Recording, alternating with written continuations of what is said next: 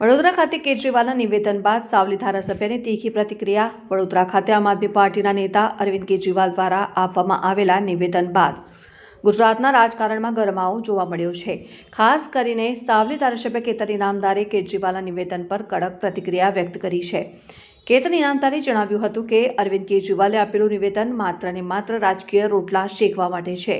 વાસ્તવિક મુદ્દાઓથી લોકોનું ધ્યાન ભટકાવવા આવા નિવેદનો કરવામાં આવી રહ્યા છે।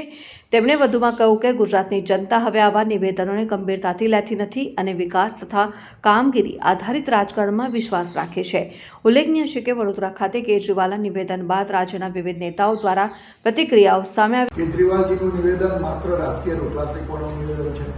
આ માત્ર ને માત્ર મને એવું લાગે છે કે કોઈ પણ વસ્તુને લઈ કઈ રીતે રાજકીય લાભ મળે અને કઈ રીતે રાજકીય લાભ લેવાય એ હેતુસરના નિવેદનોને હું વખોડું છું અને એટલું કહું છું કે 5 ધારાસભ્ય ભેગા થઈ અને જ્યારે પોતાની પ્રશ્ન હોય, પોતાની રજૂઆત હોય અને જ્યારે અધિકારીવાળી વાત છે કે ભાઈ અધિકારી પોતપોતાની મનમાની કરે છે, પોતપોતાની રીતે કામ કરે છે, એમની માનસિકતાવાળી વાત હોય ત્યારે એને રાજકીય રૂપ આપીને પોતે રાજકીય રોટલા શેકવાની વાત કરે અને એનો લાભ લેવા માંગતા હોય ત્યારે એટલું કહી કે એ જે કહે છે કે ભાઈ ધારાસભ્ય સુધી કોઈ જાય ના, એમના સુધી કોઈ કામ લઈને ના આવે, એવી વાત નથી। 30 વર્ષથી ગુજરાતની અંદર ભારતીય જનતા પાર્ટીની સરકાર છે।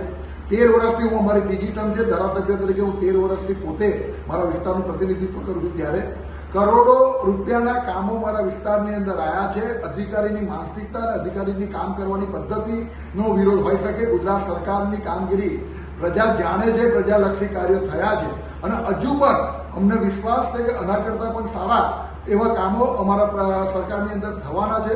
પ્રજાને ખૂબ અટૂટ વિશ્વાસ છે ભારતીય જનતા પાર્ટી પર, પ્રજાને વિશ્વાસ છે નરેન્દ્ર મોદી પર, પ્રજાને વિશ્વાસ છે ભૂપેન્દ્રભાઈ પટેલની સરકાર પર। પણ અમારી વાતને માત્ર ને માત્ર રાજકીય રોટલા શેકવાની વાત ના કરે। મને તો એટલું કહેવું છે કે તમે કહો છો કે એમના વિસ્તારના લોકોની પાસે કામ લઈને ના આવે એટલા માટે આ પત્ર લખે છે, એવું નથી।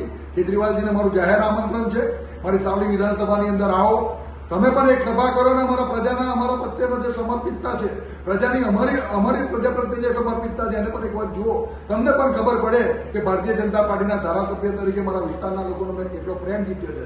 અને આ પ્રેમ માત્ર ને માત્ર મેં વ્યક્તિગત નથી જીત્યો, મારી સરકારમાંથી મારા વિસ્તારના લોકોમાં કામો કર્યા છે અને એ કામો વડે લોકોનો પ્રેમ સંપાદન કર્યું છે। ત્યારે આવી ખોટી વાતો ના કરતો, કોઈ રાજકીય લાભ નથી મળવાનો।